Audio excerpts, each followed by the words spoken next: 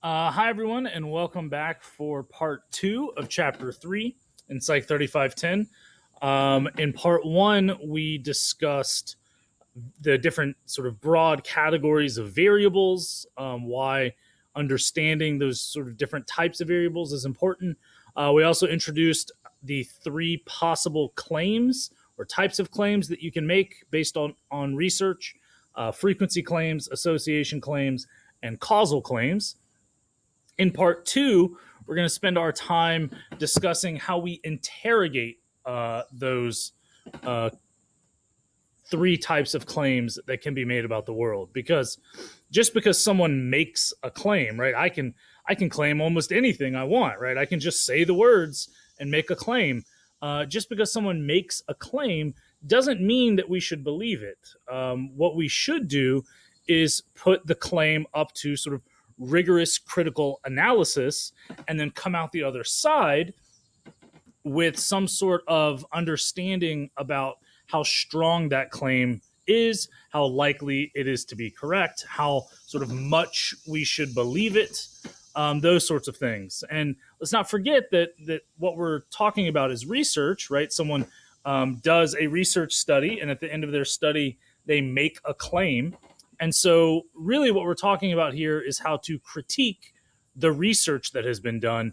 But you can also apply this mode of thinking to any claims that you encounter in the world. It doesn't have to be, a research study or a published experiment.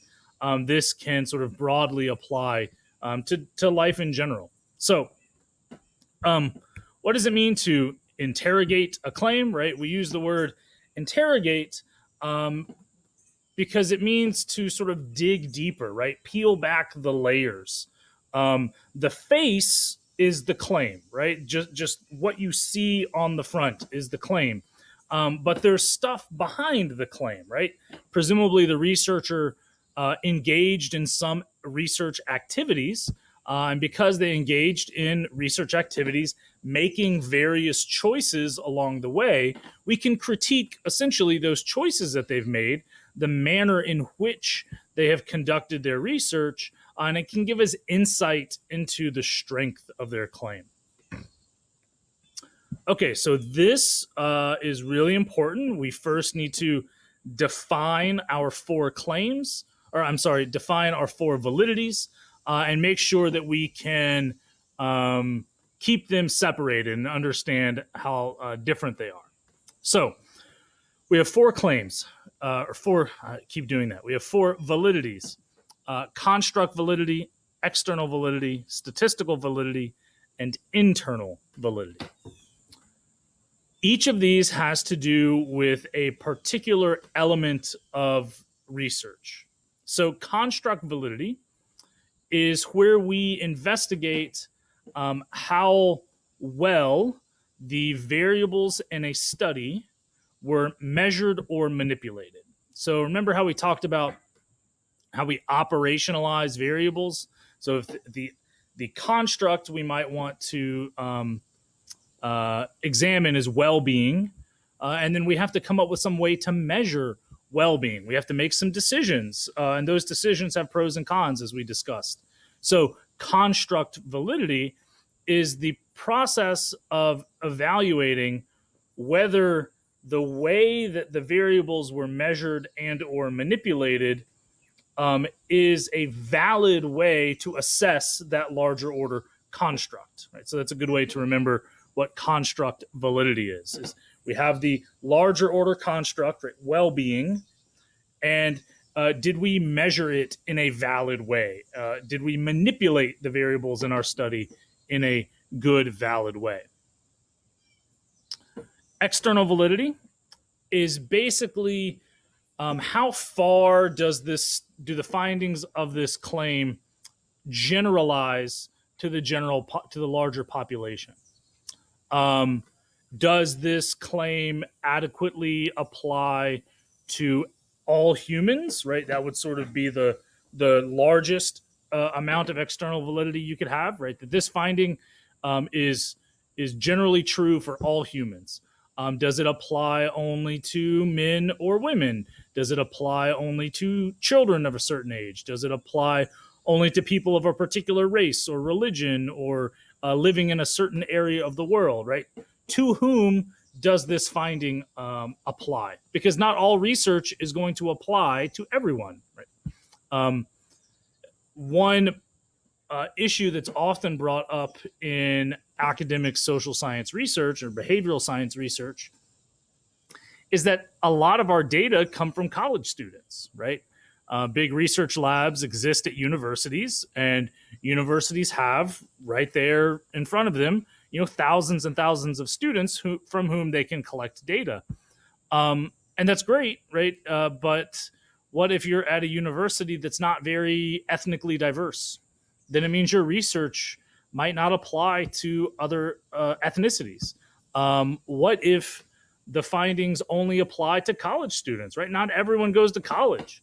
And so if we find something about mental health and we only use college students, how certain are we that finding about mental health can apply to non-college students, right? Is there a reason why we might think it wouldn't apply? Or are we confident that it's okay to apply that outside of the population from which we collected the data? So external validity is all about how far you can apply the findings of the study. Statistical validity, we're not going to get into too many details about that yet because we haven't really learned much about statistics. But statistical validity is the extent to which the data support the conclusions or the claim.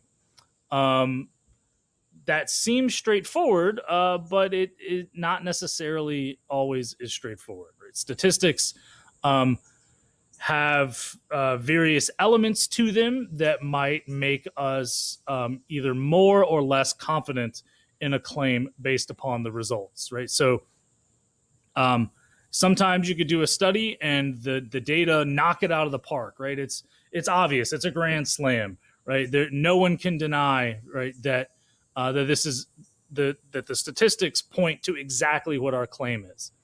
However, depending on the statistics you use, depending upon the way you collect the data, depending upon the results of the analysis, the statistics might be a little murkier. They might not support a really strong claim, or they might point to a situation where X is true if this, but Y is true if that, right? And it's difficult to talk about this without a basis of knowledge in statistics, but just know that there are varying degrees of support that statistics can provide us. And statistical validity is about interrogating what degree of support these statistics are giving to our claim. And lastly, we have internal validity. This only applies to causal claims. So the first three, construct, external, and statistical validity, are applicable to all of our claims, frequency, association, and causal claims. Our final validity, internal validity, is only applicable to, or it can only be achieved. I think that's probably the better way to say it. Internal validity can only be achieved during an experiment making a causal claim. The thing that makes association claims non-causal is that they do not have internal validity. And internal validity is the idea that if I'm claiming that variable A causes a change in variable B, that it is actually doing that, right? A is actually causing B. There's not some other variable C floating around that's responsible for that difference. This is the idea of a confound. So internal validity is essentially the interrogation of possible confounds in the experiment. Was there something that was left uncontrolled? Was there some maybe design mistake, or maybe not even a mistake, just a choice that had to be made because of practical concerns that opens the door to maybe a confounding variable. So frequency and association claims can never achieve internal validity because we can we didn't do an experiment, and we can never be sure that we've controlled for all of our potential confounding variables. Only a causal claim can achieve internal validity. Now, just because you make a causal claim doesn't necessitate that you have achieved internal validity. It just means we need to interrogate the extent to which you may have achieved internal validity with your experiment. Okay, it's a lot of words, that's a lot of ideas. Let's make things a little more concrete. So like I said, our first three validities, construct, external, statistical, can be achieved by all of our claims. However, internal validity can only be achieved in causal claims. Internal validity can never be achieved by a frequency or an association claim. Okay, let's take frequency claims. So we're going to talk about frequency claims, and we're going to go through each of our three applicable validities and describe how you might interrogate a frequency claim along these parameters. So I'm going to make a frequency claim. 80% of college students have been depressed during the last year. Right? Maybe I work for the mental health or counseling office at a university, and I have surveyed the student population, and I'm making the frequency claim that 80% of college students have been depressed during the last year at some point. So we want to critique that claim. We want to interrogate it. We're going to start with construct validity, which means we're interrogating how well they measured the variable. Because remember, in a frequency claim, we don't have any manipulation. We only have measurement.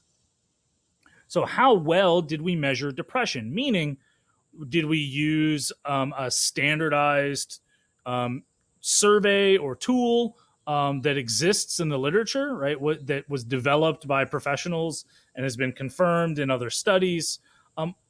Did we just ask people, have you been depressed in the last year? Yes versus no, right? How did we essentially operationalize depression? And what we want to think about here is how might those choices impact the data, and how might they impact our understanding of the claim? So if I told you that when I collected these data, I used the leading standard in clinical psychology for what's called a depression inventory. I used the BDI, the Beck Depression Inventory. This is a series of questions that has been tweaked and has been perfected over decades to give us a very clear and precise measurement of people's depressive symptoms. So if I told you that that's what I used, then suddenly you have more faith in my claim, right? That the construct validity is pretty good because I'm using a valid, reliable measurement tool to assess the construct of depression. Versus if I just asked college students, hey, have you been depressed? Yes or no? Then you might have less confidence in my frequency claim because, people making judgments of their own depression might get things wrong. They might misinterpret their own internal states or their own behaviors. People can meet the clinical diagnosis for depression and not consider themselves to be depressed. Or people might not be depressed, but they had a really bad day today. And so they say yes, that they're depressed, even though that's not depression, right? Depression is a confluence of multiple symptoms over a period of time, right? It's not just, I got in a fight with my boyfriend today, so I feel depressed, right? That could be a component of depression, but the problem is the average college student might not be interpreting their internal states or their behaviors appropriately in the way that a clinical psychologist would. And so if we just ask students yes or no, then suddenly we might not achieve construct validity. We're not confident in this claim any longer. Another thing we might want to interrogate is how did we decide who is a college student, right? Um, did we survey just a random sampling of college students? Did we include commuter students who might be less available? Did we include returning students who might only be on campus, for like one class, and so they're more difficult to capture, right? How did I define college student? Now we want to interrogate this claim based upon external validity. So remember, the claim is 80% of college students have reported depression in the last year. So external validity is often known as generalizability. How much does this finding generalize? So oftentimes this comes down to issues of sampling. So for example, were the college students sampled, right, included in the experiment because they were outside the counseling center or in the waiting room of the counseling center? That's going to be problematic because if I'm already at the counseling center, then I'm more likely to be exhibiting, some mental health issues. I'm already more likely to probably say yes to being depressed or to show depressive symptoms than the average college student.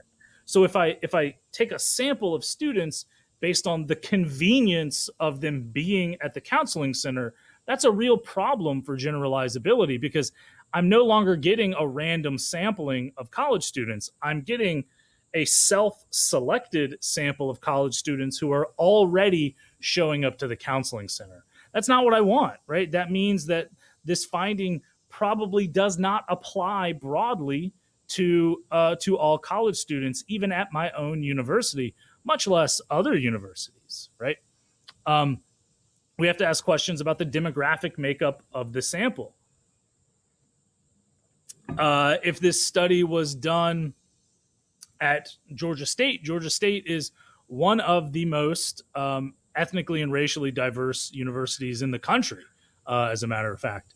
And so our demographic makeup might actually have a good chance of reflecting the general population. Whereas if we were to sample from a community college in a rural Midwestern town, then suddenly we might be less likely to have a representative demographic makeup.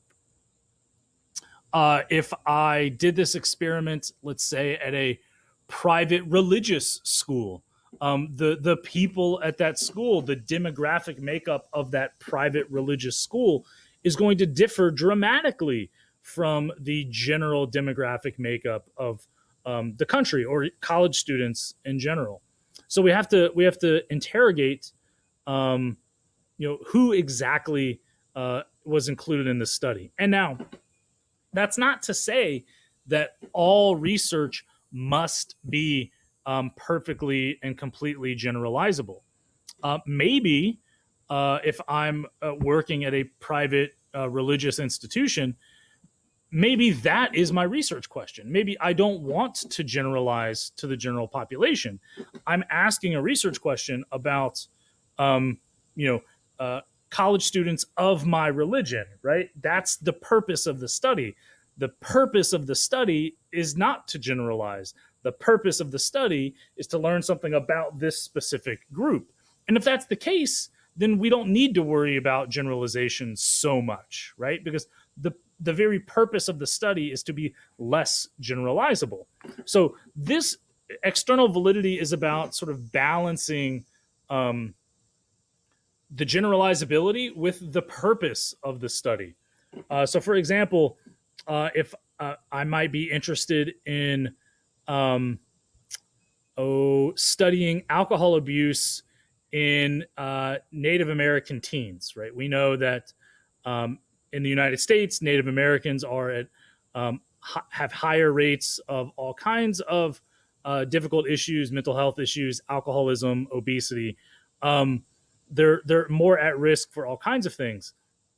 And maybe that's exactly what I want to study. I want to study at risk, maybe Native American females for alcohol abuse and maybe sexual abuse or something like that.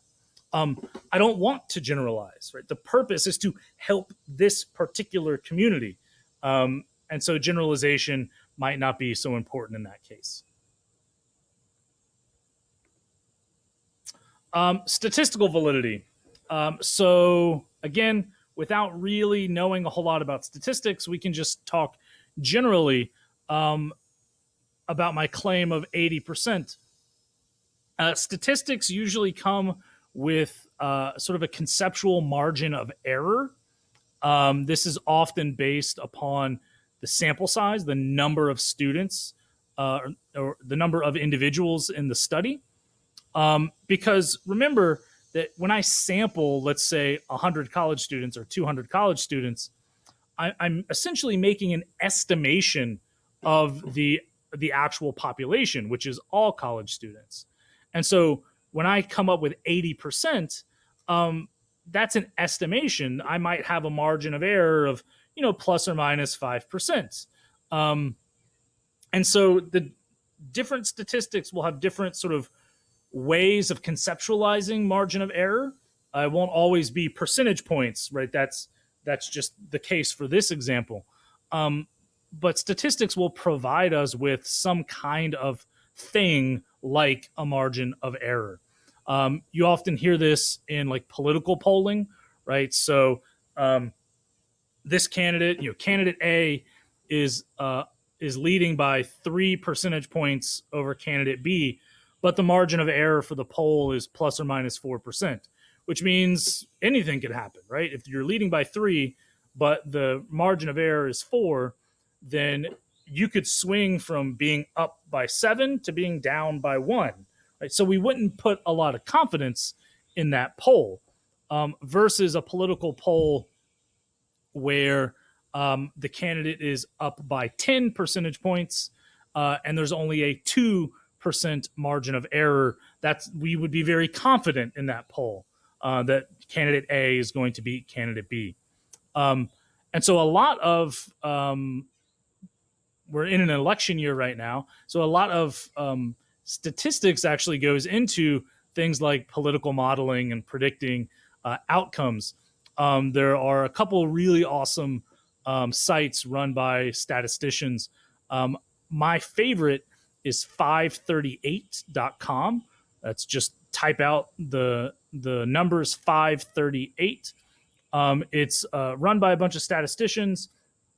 If you've ever heard the name Nate Silver, he wrote a really famous statistics sort of trade book called The Signal and the Noise. He's worked for ESPN. He sort of made his name modeling and predicting, sports outcomes and things like that. And so that site does a lot of statistical work and predictive modeling, in particular of elections. So if that interests you, I would highly recommend checking out 538. They also have a lot of information that can help you learn about the way that these statistics are done. And so when they make a prediction about what candidate will win, or the probability that a candidate will win, it's about weighting their confidence in polls because, especially with something like a national level race, you might have thousands of individual polls that go into a prediction. And so you can learn a lot based on how they sort of manage their confidence in those polls. Okay. So let's talk about association claims. Basically the same things, right? Nothing really changes here, except now we have to worry about 2 variables for construct validity. So a frequency claim, 80% of college students have been depressed in the last year, only has 1 variable, right? It's one measured variable, right? That's frequency of depression. You could conceptualize, I guess, college student as the other variable, but we critique that more with external validity. But you can critique it with construct validity as well. But in association claims, there are two variables that we're claiming are associated with one another. So we want to be really careful and confident in critiquing the way that those two variables were measured and operationalized. We want to ask the same questions about external validity. Does this apply to different people in different contexts and different times and different places? What sampling methods were used? Where did we get these participants? How did we get them?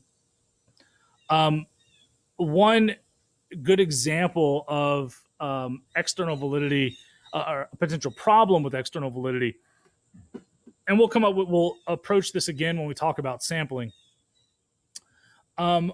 There's often a problem with things like Yelp reviews. The star rating of a particular restaurant might not necessarily apply in the way you think it does, because the people who are likely to leave Yelp reviews are not a representative sample of consumers. When are you likely to take your time and effort to leave a review? It's either if you've had a terrible experience or if you've had an amazing experience, right? That's when you're motivated to leave a review. And so those sorts of review sites often leave out everyone else in the middle. And so the ratings might not necessarily be as externally valid as you think they are. And of course, statistical validity, we want to interrogate the maybe strength of the correlation here, right? That's going to be important with an association claim. If you remember from part one, association claims involve correlating two variables together. So we would have more statistical confidence in a claim that has a correlation of like negative 0.8, right? That's a strong negative correlation, versus a claim that has a correlation of negative 0.2, right, which is a weak negative correlation. So the magnitude of the statistical finding, in this case for association claims, it's often correlations. The magnitude of the correlation can tell us something about the strength of the claim and its statistical validity. We want to be careful with statistical validity and association claims because you can make errors, right? This gets into a little bit of the sort of philosophy of science. We'll encounter this more across the semester. It's the idea that just because you have attempted to accurately and effectively measure something, and just because you have the best intentions, and just because the data come out in a certain way, still does not mean that you're correct. So there are two types of errors in decision making in science: type 1 and type 2 errors. A false positive is the idea that we claim that a result is occurring even though it's not. So here, sort of facetiously, it's depicted by this doctor telling this man that he's pregnant, right? He can't be, right? He doesn't have a uterus. And so the doctor is making a false positive. So you might make this claim based on a blood analysis or a urine analysis. There's a degree, a margin of error, even in those very precise medical tests. And so they might get it wrong. The hormone levels and the urinalysis or something like that might erroneously be high. And so they signal a pregnancy when in fact there is no pregnancy, right? There's been a false positive. Alternatively, the opposite error is a false negative. So this woman who is clearly pregnant is being told she's not pregnant, right, for some reason. Science works the same way, right? So if I claim that 80% of college students have depression, even though I collected the data, right? Even though I went and I asked 100 college students and 80 of them said that they're depressed, that doesn't mean that finding is necessarily correct. If I had done something differently, if I had gathered data from more students, if I had done all sorts of things differently, I might have had a different result. So by claiming that 80% of college students are depressed, I could be making a false positive error. Maybe the actual capital T truth rate is more like 30% or 40%, and there was just something wonky with my sample. So this brings us to the point of there's a difference between capital T actual truth versus what we find in any given one particular study. We hope that our one study captures or approximates the capital T truth, but it will not always capture the capital T truth. That's part of the reason why science is self-correcting and recursive, and sort of the wheel of the scientific method never stops. That way, when we make a claim that is not consistent with the capital T truth, we can over time correct it. So maybe a more concrete example, I'm going to claim that I have this incredible ability to flip a coin and always have it land on tails, right? Or I can manipulate the flip of a coin to land on tails. So we're going to collect some data. So you observe me. I flip a coin 10 times, and 8 of them are tails, 9 of them are tails.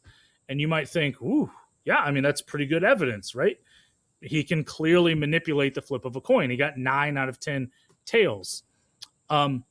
It's possible that I just got lucky. Right? It's possible that that's just completely chance. The capital T truth, the actual universal truth, is that I am unable to manipulate a flip of a coin. But our data that we collected suggested that I could, right? I got 9 out of 10 tails. So the data suggests that I can manipulate the flip of a coin, even though in reality, the truth of the universe is that I cannot. So just because you have data that say something does not necessitate that that aligns with the truth. Right? Those data might be making an error. And so we have to be cognizant of that as we're making decisions about statistical validity. And statistics can help us reduce our chances of making error, right? So a claim that's based on a weak correlation is more likely to be making an error than a claim that is based on a strong correlation, for example. Lastly, let's talk about how experiments and only experiments can truly support a causal claim because they allow us to interrogate internal validity. So in an experiment, a researcher must define at least one independent variable. They then must manipulate that independent variable actively.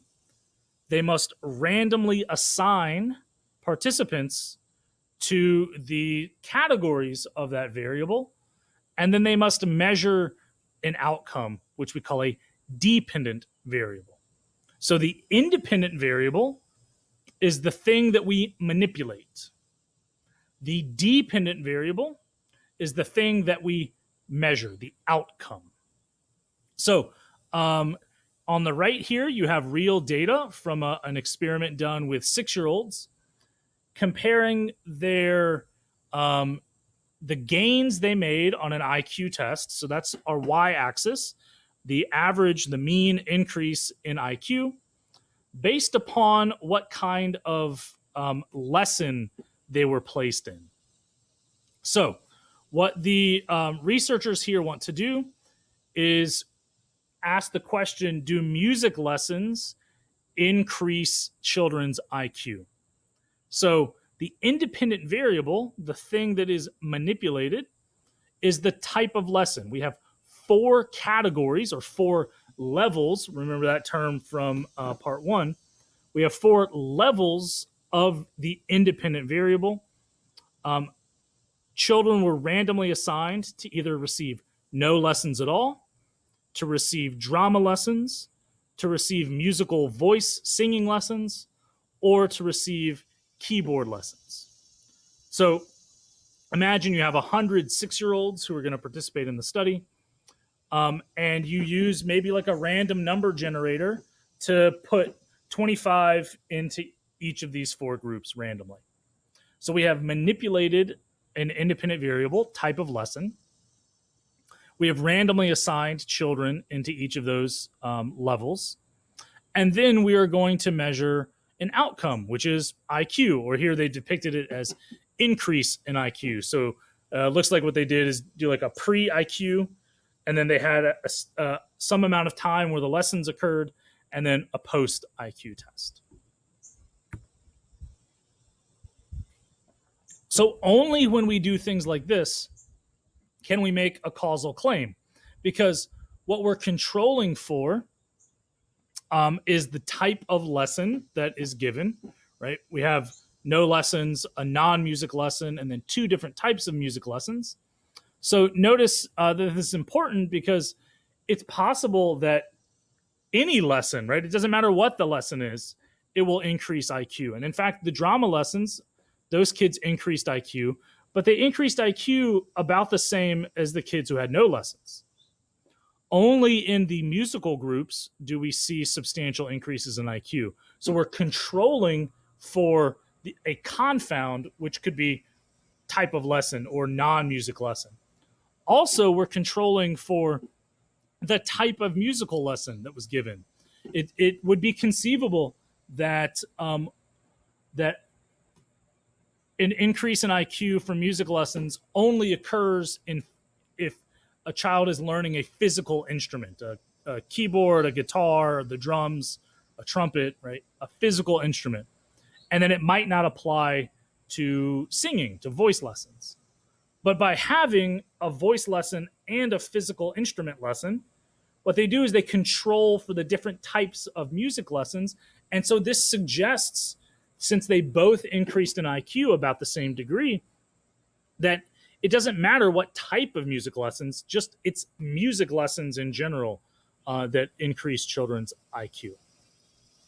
The random assignment also helps us control for demographic concerns. We assume that the randomization takes care of that, right? We'll have roughly equal numbers of children from different ethnic backgrounds, children from different family styles, children from different maybe income levels, that by randomly assigning, that randomization sort of makes it all sort of even out across the 4 groups. And so we are able to control for those demographic variables through randomization. So let's not forget the direction of the relationship here in a causal claim. So when we make a causal claim, we have a manipulated independent variable that is the thing that we propose is the cause, right? It's the thing causing a change. The music lessons are causing the change in IQ and not the other way around, right? It's one directional. The change goes only in one direction, and that's from music lessons or type of lesson to a change in IQ. The dependent variable is the thing that's changing, right? The outcome, the thing that we're measuring sort of at the end. So we manipulate the independent variable first, and then we see its effect, right? What change does it cause on the dependent variable, our measured outcome? And like I said, random assignments is incredibly important in these situations because it helps us sort of wash out any of those possible confounding variables that we can control, like race, ethnicity, income level, all those sorts of things.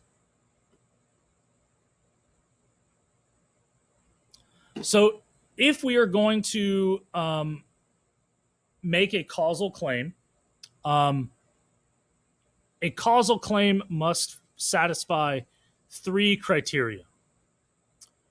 A causal claim must show covariance, which is basically just a fancy way of saying that as the independent variable changes, the dependent variable changes. There's a relationship between a change in the independent variable and a change in the dependent variable. A causal claim must have temporal precedence.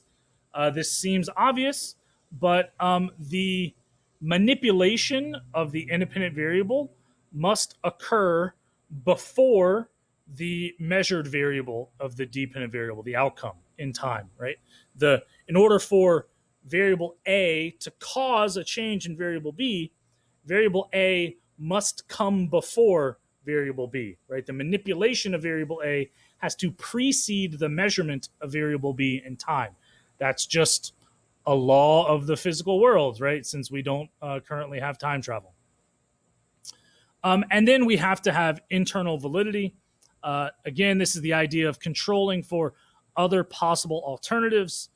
We achieve internal validity by manipulating our independent variable, by randomly assigning participants into those variables, or into the levels of that variable, and by controlling for as many other variables as possible. So only after we have established internal validity and that a causal claim is warranted, only then should we move on for causal claims to interrogating our other three claims. So I'll say that again because there's a lot of terminology flying around kind of at the end of this lecture. If someone makes a causal claim, right, that music lessons cause an increase in IQ, the first three things you have to do are ask the questions: is there covariance, right? Does a change in the independent variable related to a change in the dependent variable? That's a statistical question, right? We have to look at the data. Is there covariance? Did the manipulation of the independent variable occur before the measurement of the dependent variable in time, temporal precedence? Then we have to interrogate internal validity. Are there possible alternative explanations? Are there confounding variables that we did not account for? And if we're confident in those three things, then we can move on to construct validity, external validity, and statistical validity. And those sort of remain very similar to our other claims. Construct validity, how well did we measure or manipulate things? And here we have manipulation because of the IV. To whom does this apply? What sampling methods did we use to achieve generalizability? And then statistical validity, right? What is the size of the effect, the strength of the effect, the margin of error, those sorts of things. So in this example, let's just take construct validity because I think the other two, external and statistical, are a little easier to understand. Construct validity now changes a little bit with an experiment because we have to ask, okay, did we have a valid measurement of IQ? Did we use a well-established, respected, professional IQ measurement tool? Hopefully we did. But we have to interrogate that. We have to ask that question. And then we have to interrogate how well we manipulated the independent variable. So for the no lessons, the drama lessons, the voice lessons, and the keyboard lessons, did we hire professionals to come in and give these lessons? Did we make sure that children in each of the groups had equal amounts of lesson time, right? It would be a poor manipulation if, let's say, the music kids got twice as many lessons as the drama kids. That's a problem, right? Because now the construct of lessons is all out of whack. We're not really measuring type of lesson anymore. We're measuring amount of lessons, right? Because we can no longer tell the difference between whether the music kids increased in IQ because of the music or if they increased in IQ because they had twice the amount of time in the lessons as the drama kids. So we have to critique the manner in which the independent variable was manipulated. Did we manipulate it in a way such that it is a valid manipulation of the construct we're interested in, which is type of lesson. Okay, and lastly, we've talked a little bit about this. Which of the four validities is most important? Well, it depends on the type of claim you're making. So for a frequency claim, construct validity and external validity are incredibly important. It typically in an association claim, if I'm measuring something like I said about Native American female teenagers and alcoholism, then maybe external validity isn't super important, but construct and statistical validity are. If we have an experiment, then internal validity is number one. It's paramount, right? Until we've established internal validity, we don't even move on to critiquing the other validities. So internal validity is always number one with a causal claim and an experiment, and then we move on to the rest. So there is no way to say which validity is the most important. It depends upon the research question. It depends upon the area of research, the type of research, and it depends upon the claim being made. Well, that is it for chapter 3. Thanks for watching, and we will pick it up next time.